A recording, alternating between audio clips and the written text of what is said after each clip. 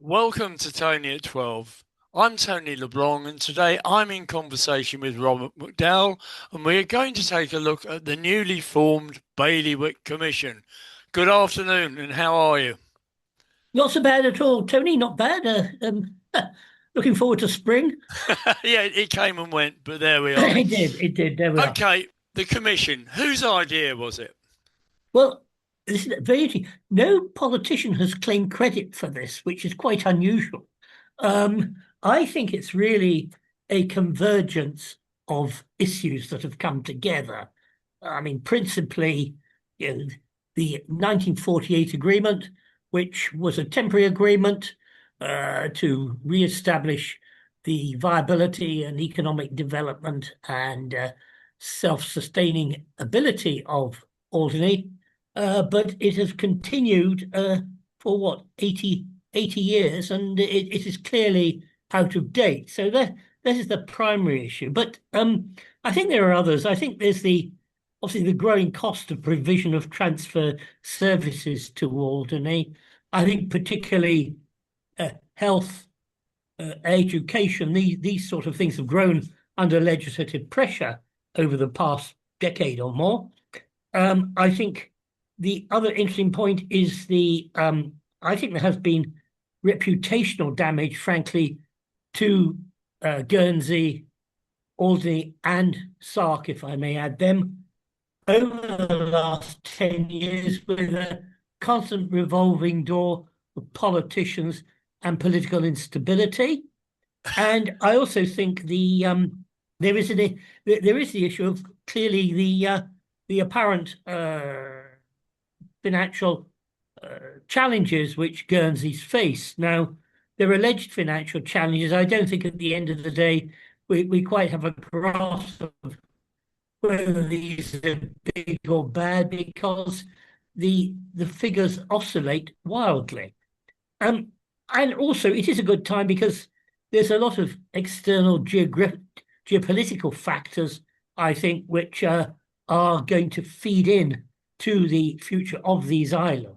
So it's a convergence of a number of things, Tony. Okay, I think for the benefit of our wider audience, we'd better just explain that after World War II, Germans had occupied Alderney, left it in a dreadful state. It was down on its knees. It was financially, well, I guess if you haven't got any And money, yeah, you can't be bankrupt, can you? But, so no, Guernsey rode into the rescue with a bit of persuasion, I think, from the UK government. yes. I mean, the interesting thing about that, apparently at the time, Guernsey owed the UK government £2 million, and the deal was that the UK government forgave Guernsey this debt on the basis that they would help with the re-establishing the viability of Alderney. Okay, and so taking it a stage further, basically the deal was Guernsey would take all of our various taxes and social security contributions, and in return provide us with these transferred services, education, police, health, airport, Yeah, education, the whole gambit. that's right. And those health and education and social services were a fairly slim number of services in those days, but education and particularly health and social are the ones that have grown exponentially and have transformed the balance in the sense that there is allegedly an 8 million annual deficit, although this is clearly being counter contradicted now because of how you compute the contribution of the gaming regulatory sector to the coffers of the bailiwick. Yeah, and just to put people straight on that one, essentially we've got one of the finest gambling control commissions in the world. It's a leader. Everyone wants to get involved with the Alderney Gambling Control Commission, but as an island, we don't have the facility to actually have the gambling companies based here, and so a No, lot of them are in Guernsey, and therefore we claim that that's part of our contribution. indeed. Yeah. Why is Sark involved in it? Uh, Well, Sark's got its own problems. Sark, one may assert, is definitely in decline, managed or otherwise, and it only emerged from feudalism in 2008. It has a population, I'm told, of 500 to 600 persons. Yeah, Now, it does have, interesting enough, I did look this up, it does have quite a lot of autonomy from Guernsey compared with Alderney. It has much more jurisdictional autonomy. It has similar legislative powers, I suppose, to Alderney. Its relationship with Guernsey is a little more distant in the sense that it doesn't pay any taxes to Guernsey. Although Guernsey does now provide some service and administrative support, and I wouldn't say that the so-called constitutional reforms of 2008 have worked out particularly well. It's basically a review of the constitutional relation across the bailiwick, so yeah, Guernsey, yeah. Alderney, and Guernsey Sark. But with reference to its decline following the abolition of feudalism, a lot of that goes down to the Berkeley brothers, who I'm sure all the viewers will know about.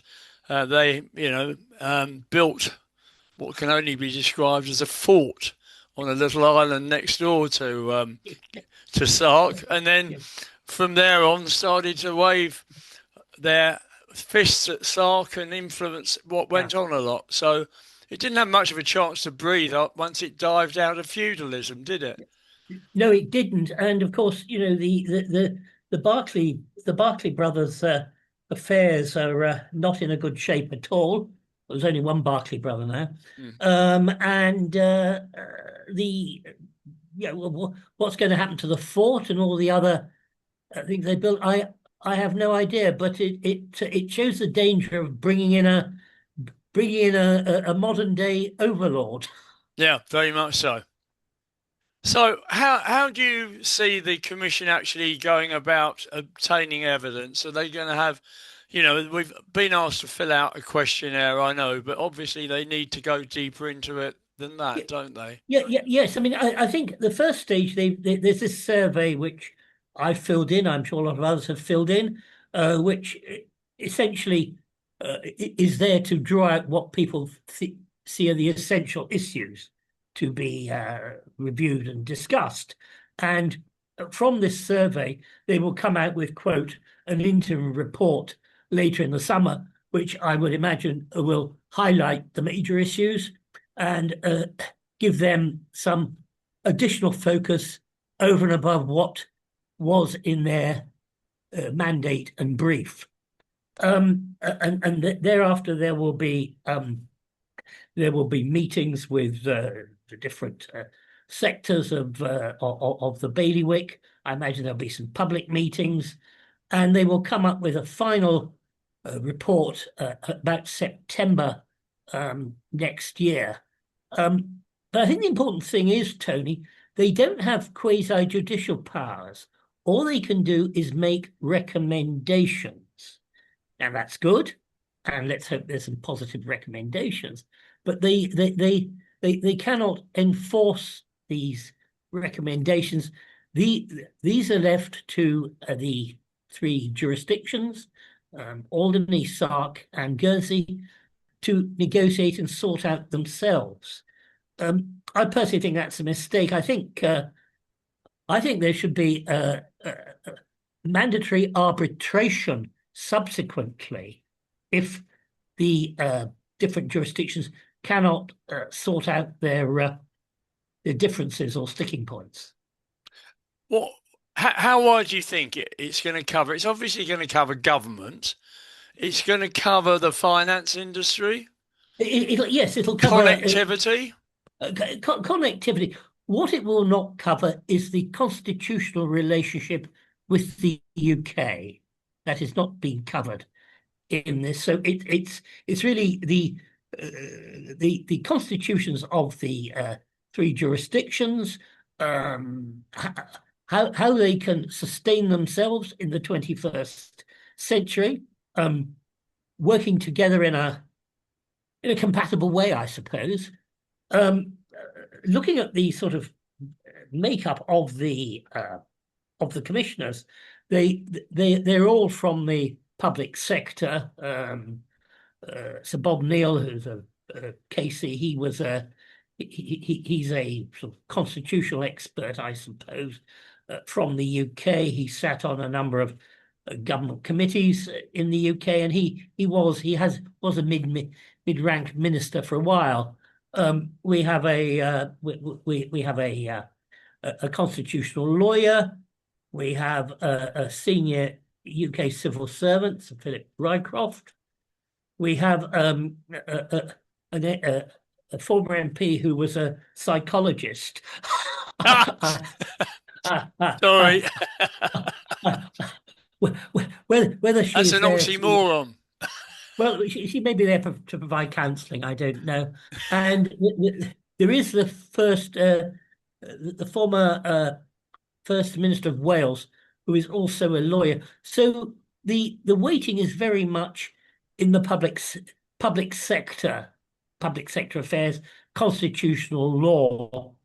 There are no business people on the commission, although the mandate does enable them to draw on industry and industry segment experts if and as and should be necessary. But surely, Robert, you need representatives from business on something like this. Well, I would think so. I would think so, because otherwise it will be skewed much more towards the constitutional, the legal issues, with perhaps downplaying the economic issues, which I think are the most important issues to address. Above all, if these jurisdictions are to have some economic sustainability and are not to go into decline, managed or otherwise. Who do you think selected the commissioners? That's a very good question. I've not been able to find that out either.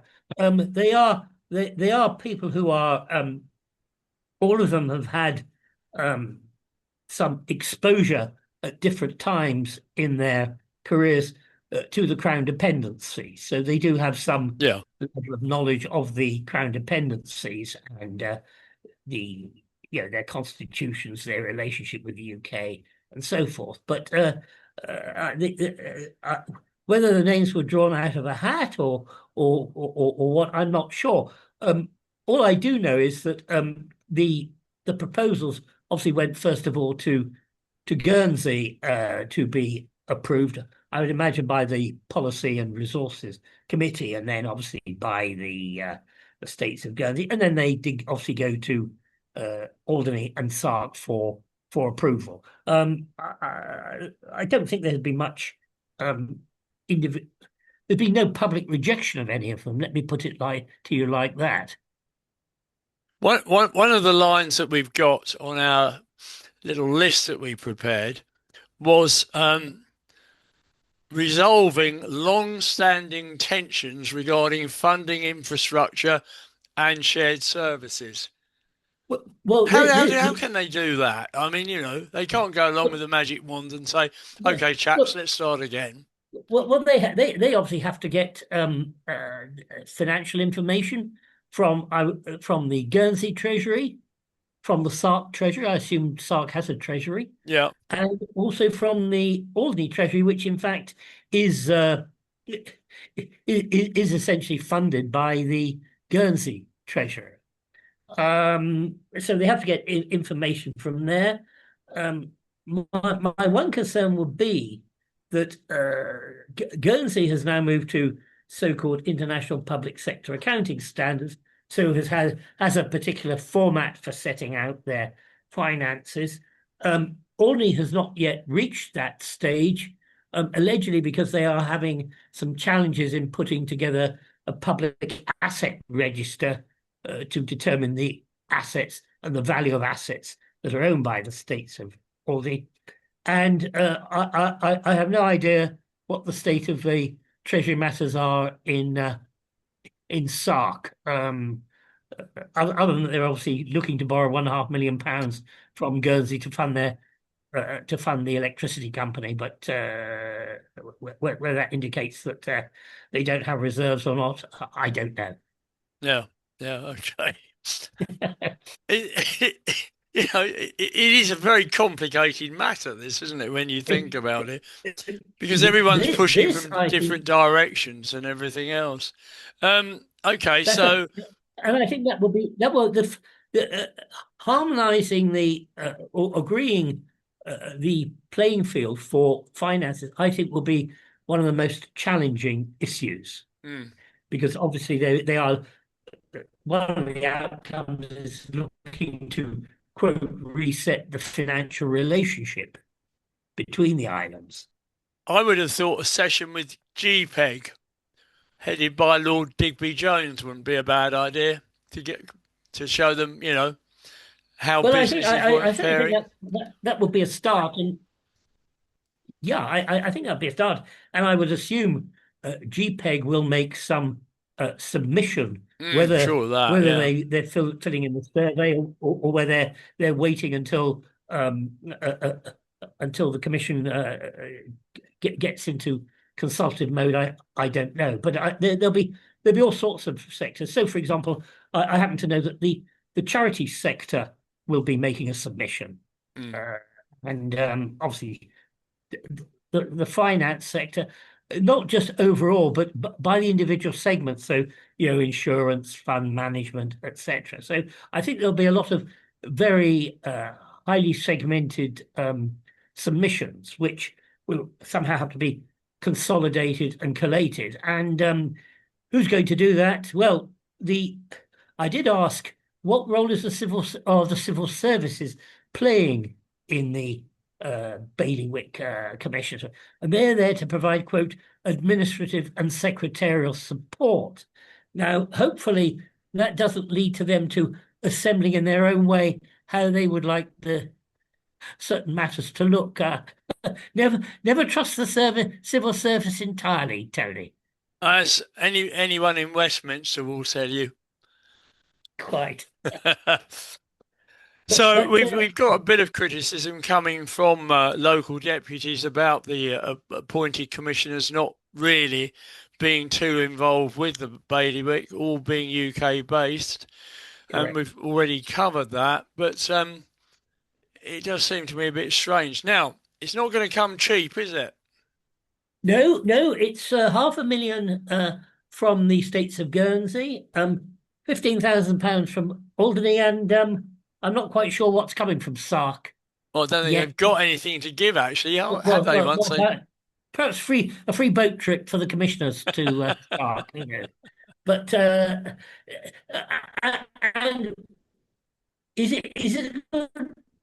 it good use of money? Well, it needs to be done. Definitely needs to be done, and obviously, and there are costs to it. Not just the commissioners, but the secretary and other support and services which will be required. But I compare it to the recent report compiled by Oliver Wyman about the future of financial services Mm. in Guernsey, which I thought was long on aspiration, but quite short on substance. And I think this would provide better value than that. That cost £500,000, so it may not be the best value, but I think it'll be better value than the Oliver Wyman report. It's the old story, though, isn't it? I mean, just to put everybody in the picture, Robert actually was a member of the States of Alderney and chairman of the Finance Committee some years ago. And as I say, it's always this question of, if in doubt, have an inquiry, get a report, and then probably do nothing with it. Well, I think you make a very good and pertinent observation. My view is that if they don't emerge with what I call strong agreed changes and resets, say within a 18 month to 2 year period after the Commission has issued its report, then I don't think that will reflect very well either on the reputation of the Bailiwick of Guernsey.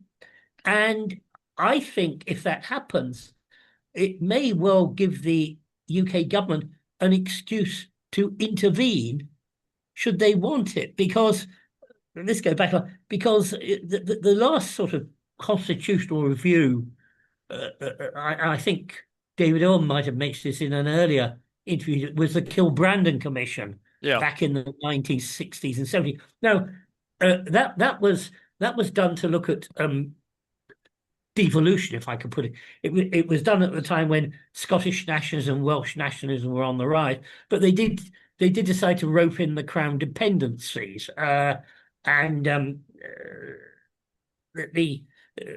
it recognised that the Crown dependencies were self-governing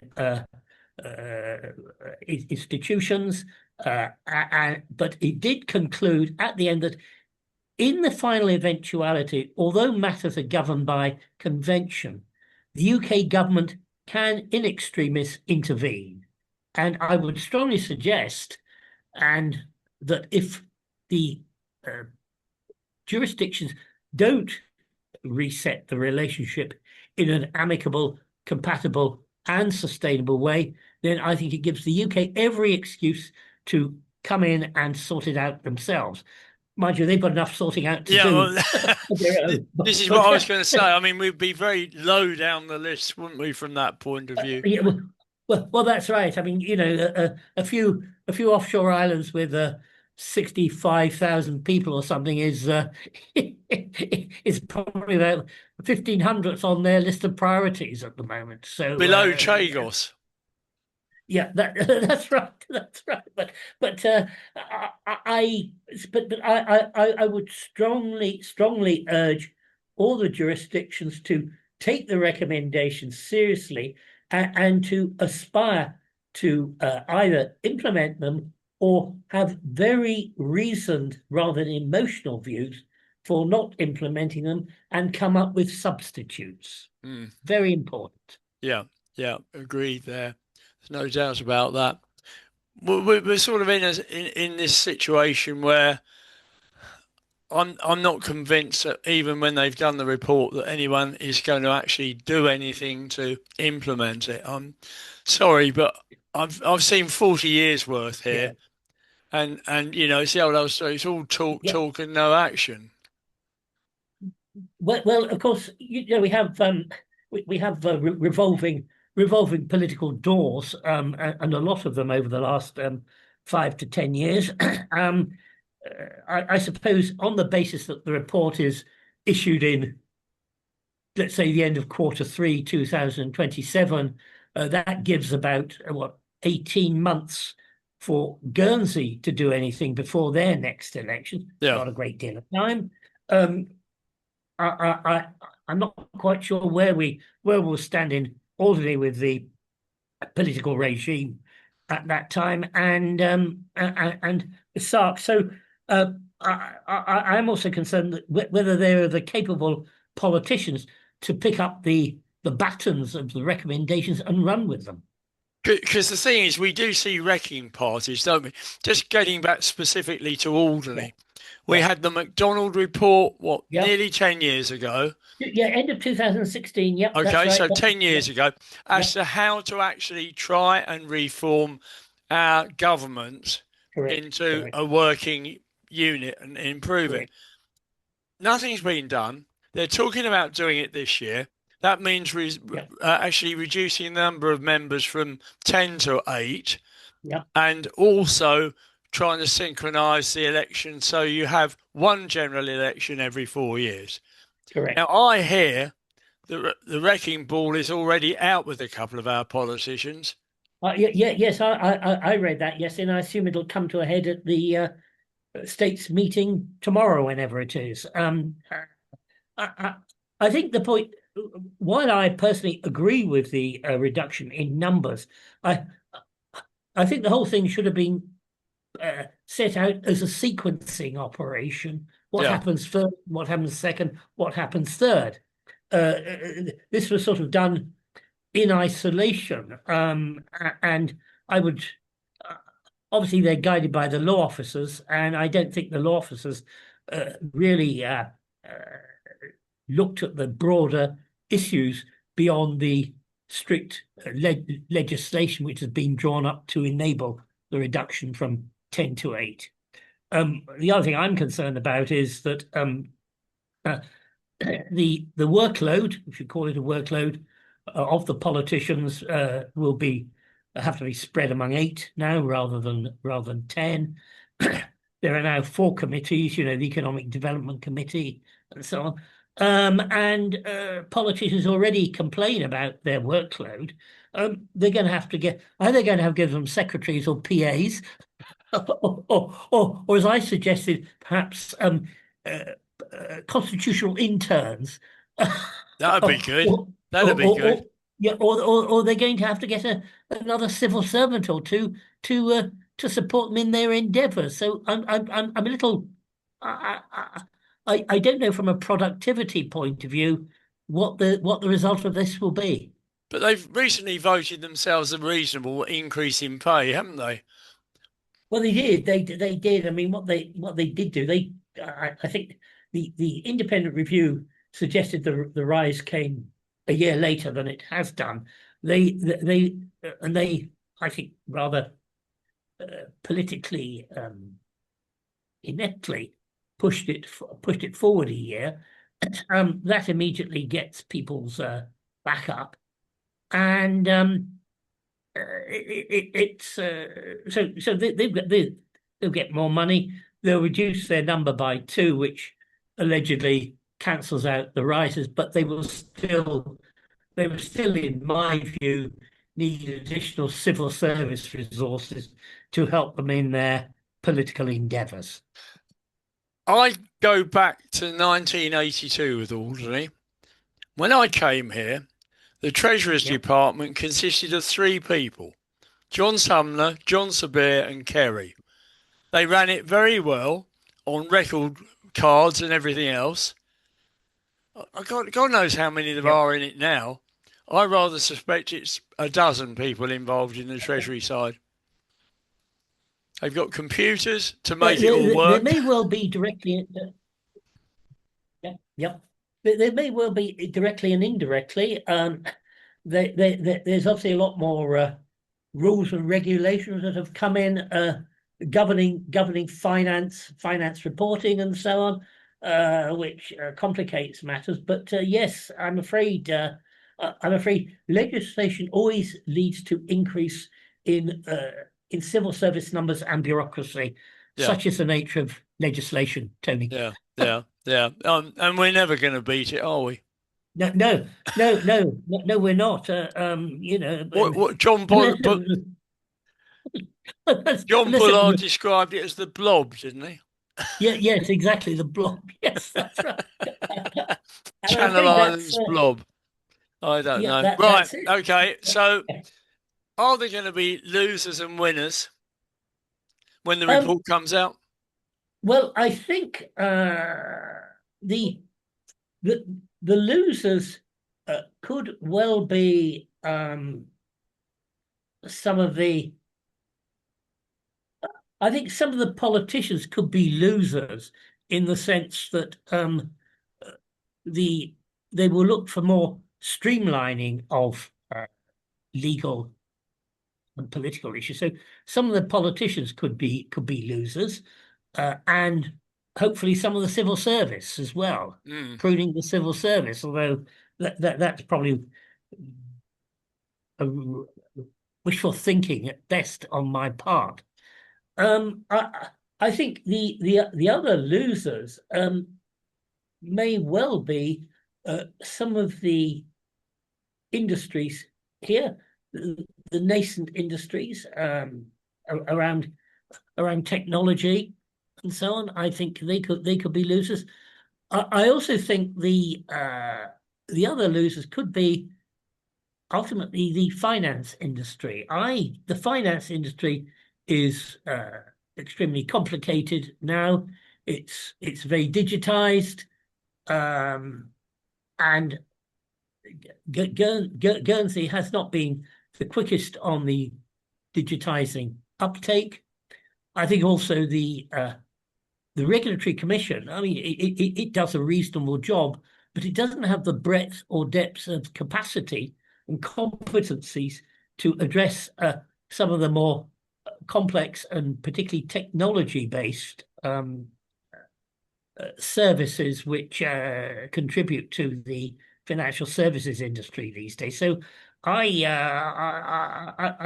don't think it will necessarily help the financial services industry. Yeah, I mean, I have to say that some of the people that they used to send over to see us when we had the business Yeah. from the Guernsey Financial Services Corporation didn't understand a word of what I was saying. And you No, would no, expect that people that are regulators should yeah. understand terms and how things work and everything else, and they didn't. No.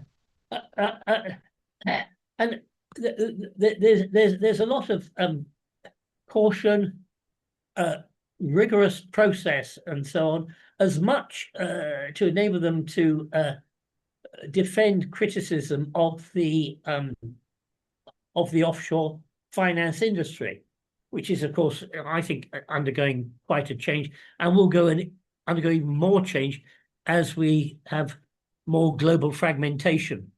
Tony, Yeah, yeah. I think that's going to also take a hammer to the financial, not just in Guernsey, to be fair, but I think it will happen in Jersey and a number of the other offshore jurisdictions. Finally, when do you think the UK will want a subscription from us for defence? I think pretty soon. And I think I was caught up. Some of my perhaps ill-judged remarks seem to have caught up in this data center controversy because I did I did suggest that the Crown Defence will certainly and rightly be asked for additional defence contributions, and that is going to, I think, be quite a big issue. But that could be facilitated by enabling data centers, particularly if they would be used for defense purposes, cyber security, this sort of thing. That could be the way of the crown dependencies making their contribution to UK defence without putting up incessant planning barriers and so on. And these characters who say, "Oh, we don't want to be a security target," well, they already are because there's a nuclear power station at Flamanville. Yeah, 8 miles away, folks. 8 miles away. So look, you're already a target, you nincompoop. Plenty of fallout. I guess that would work quite well, wouldn't it? A data centre if the UK provided us with a power cable. Well, indeed, and also, I've always thought the Ministry of Defence in that case would do up the runway. Mm. As a sort of strategic